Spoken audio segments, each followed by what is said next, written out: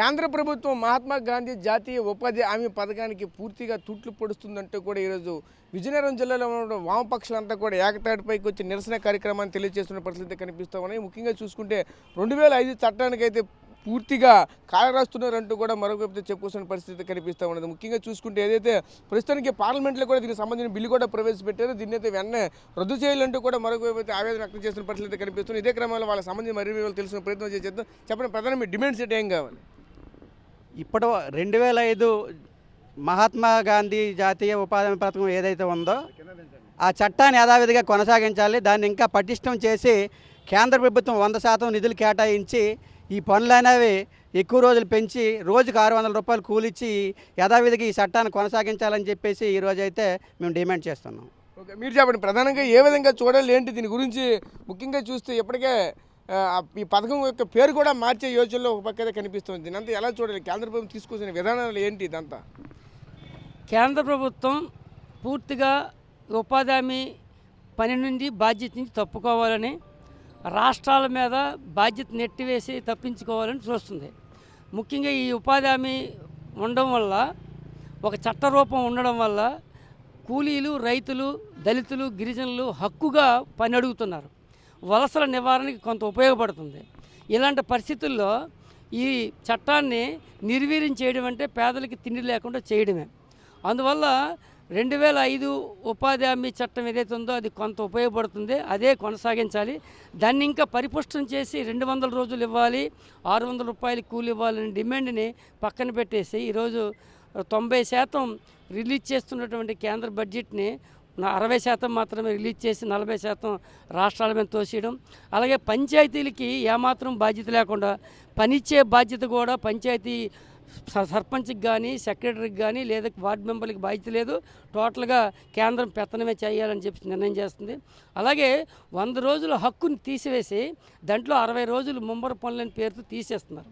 దీనివల్ల ఏమవుతుందంటే 100 రోజులకి ఇప్పుడు 50 రోజులు మాత్రమే పనిచేస్తున్నారు.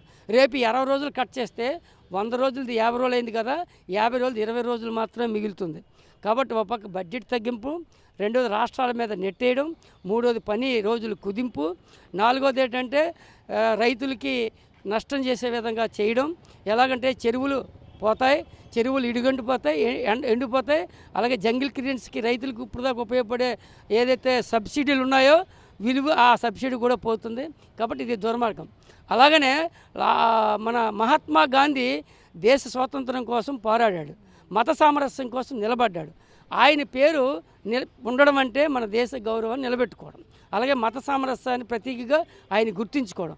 ఆ పేరు తీయడం అంటే దేశ ప్రధానికం తాలూకా గౌరవాన్ని దెబ్బతీయడం. కాబట్టి పాత గౌరవాన్ని నిలబెట్టకుండా ఈ రకంగా చేయడం కూడా దుర్మార్గం. అలాగనే 2,50,000 కోట్ల రూపాయలు మనకి రిలీజ్ చేయాలి. ప్రత్యేకించి దాని మీద గట్టిగా కృషి చేయాల్సిన అవసరం ఉంది. అలాగే తక్షణమే ఈ 2025 బిల్లు ఏదైతే ఉందో వెనక్కి తీసుకోవాలి, వెంటనే ఉపసంహరించాలి. అలాగనే ప్రతిపక్షంలో ఉన్న వాళ్ళు కానీ, అలాగే మన రాష్ట్రంలో ఉన్నటువంటి కూటమి ప్రభుత్వం కానీ, ఎంపీలు కానీ ఇప్పటివరకు కూడా దాని మీద పల్లెత్తి మాట్లాడలేదు. వాళ్ళకి మేము విజ్ఞప్తి చేస్తున్నాం మా సంఘాలుగా. ఈ రాష్ట్రంలో దళితులు, గిరిజనులు, పేదలు చాలా ఉపయోగించుకుంటున్నారు. ముఖ్యంగా విజయనగరం జిల్లా టాప్ ర్యాంకులో ఉంటుంది ఉపాధి హామీ పనిలో. మంచి ర్యాంక్ సంపాదించారు. ఈ రాష్ట్రానికి కూడా మంచి పేరు తెచ్చారు కూలీలు. అది నిలబెట్టాలి అంటే ఈ రాష్ట్రంలో ఉపాధి హామీ చట్టం 2005 అమలు జరిగేటట్లు చూడండి. మీ ఎంపీలు ఇమ్మీడియట్లీ కేంద్ర ప్రభుత్వానికి వ్యతిరేకంగా నిలబడి ఈ బిల్లు రద్దు వరకు పోరాడాలని చెప్పేసి వాళ్ళందరికీ మేము విజ్ఞప్తి చేస్తున్నాం. ఓకే, మీరు చెప్పండి, నేను ఎలా చూడాలి ఏంటి?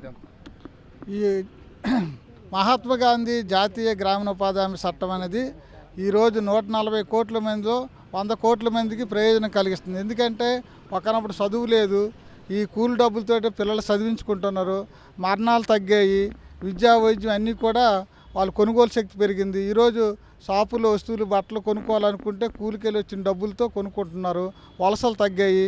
అలాగే ఈరోజు ఆదాని అంబానీల మెప్పు కోసమే ఈ చట్టాన్ని తీసుకొచ్చారు. ఇది చాలా దుర్మార్గమైనది. ఏమైంది చర్య. అందువల్ల ఈరోజు వాళ్ళ మెప్పు కోసమే ఈ చట్టాలు మార్చుకుంటూ పోతే ఈరోజు భారతదేశాన్ని కూడా ఒక ఇండియా పేరుతో మార్చారు.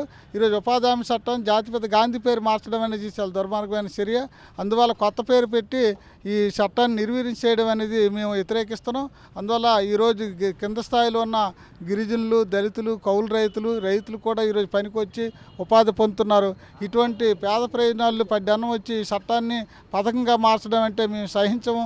అందువల్ల రానున్న కాలంలో ఈ చట్టాన్ని కాపాడడానికి అన్ని రకాల సంఘాలతో కలిసి పోరాటం చేస్తామని చెప్పేసి బీజేపీ ప్రభుత్వం వెంటనే ఈ కొత్త చట్టాన్ని 2025 కొత్త చట్టాన్ని ఉపసంహరించుకొని 2005 ఉపాధి హామీ చట్టాన్ని కొనసాగించాలని చెప్పి డిమాండ్ చేస్తున్నాం. ఒక రైతు సంఘ నాయకుడిగా ఏం చెప్తారు? రైతులకి ఈ యొక్క జాతీయ ఉపాధి గ్రామీణ పథకం దీనికి సంబంధించింది ఇటువంటివి కేంద్ర ప్రభుత్వం తీసుకునే చట్టాలు ఏ విధంగా ప్రభావం చూపుతాయి ఏంటి ఇదంతా? ఈరోజు స్వతంత్ర అనంతరం గ్రామీణ ప్రాంతాల్లో 80% ఉన్న ప్రజానీకానికి ఉపయోగపడే ఉపాధి హామీ చట్టం వచ్చాక రైతులకు, రైతు కూలీలకు, వృత్తిదారులకు అందరికీ ఈరోజు ఒక గ్యారంటీగా అయినా బతకడానికి అవకాశం ఉన్న ఒక పని కల్పించారు. అట్లాంటి పథకాన్ని ఈరోజు కేంద్రంలో ఉన్న బీజేపీ ప్రభుత్వం దాన్ని చట్టంలో చట్టాన్ని పక్కన పెట్టి రద్దు చేసి అలాగే స్కీము బిల్లు తీసుకొస్తారు. అది ఏదైతే పని హక్కు ఉన్న చట్టాన్ని మార్చి పని దయాదాక్ష్యాలకు ఇచ్చే స్కీమ్గా మార్చుతున్నారు. దీనివల్ల ఈ భవిష్యత్తులో ఇప్పుడున్న పనులు కూడా లేని పరిస్థితి. ఈరోజు ఇప్పటికే ఇంతకుముందు వలసలు తగ్గినాయి, కొంత ఉపయోగపడ్డది. అలాగే గ్రామీణ ప్రాంతాల్లో కూడా ఈ ఉపాధి హామీ మెటీరియల్ కాంపోనెంట్ రోడ్డు కూడా గ్రామీణ ప్రాంతాల్లో రోడ్లు కానీ మౌలిక సదుపాయాలు కానీ ఏర్పాటు చేసే అవకాశం వచ్చింది. అలాంటి ఈ చట్టాన్ని ఆ రోజు వామపక్షాలు తాలూకా ఒత్తిడితో ఆ రోజు యూపీఏ ప్రభుత్వం ఈ చట్టాన్ని మెరుగుదిద్ది చేస్తే ఈరోజు దాన్ని బీజేపీ ప్రభుత్వం వచ్చింది తూట్లు పొడుస్తూ ఇప్పటికే అనేక ఉపాధి కూలీల్ని జాబ్ కార్డు తగ్గించే విధంగా వ్యవహరిస్తుంది. సాంకేతిక అంశాలు పెట్టి అలాగే ఆధార్ లింక్ చేసి ఇలాంటి వాటిలో వాళ్ళు ఇప్పటికే ఈ కూలీలకి కొంత కట్ చేశారు. ఇంకా భవిష్యత్తులో ఈ విధంగా ఈ పథకం వల్ల కూడా మరింత ఉపాధి లేని పరిస్థితి తీసుకొస్తారు. దానికి ఈరోజు రాష్ట్రంలో ఉన్న అన్ని పార్టీలు కూడా మాట్లాడుకుంటూ ఉన్నాయి.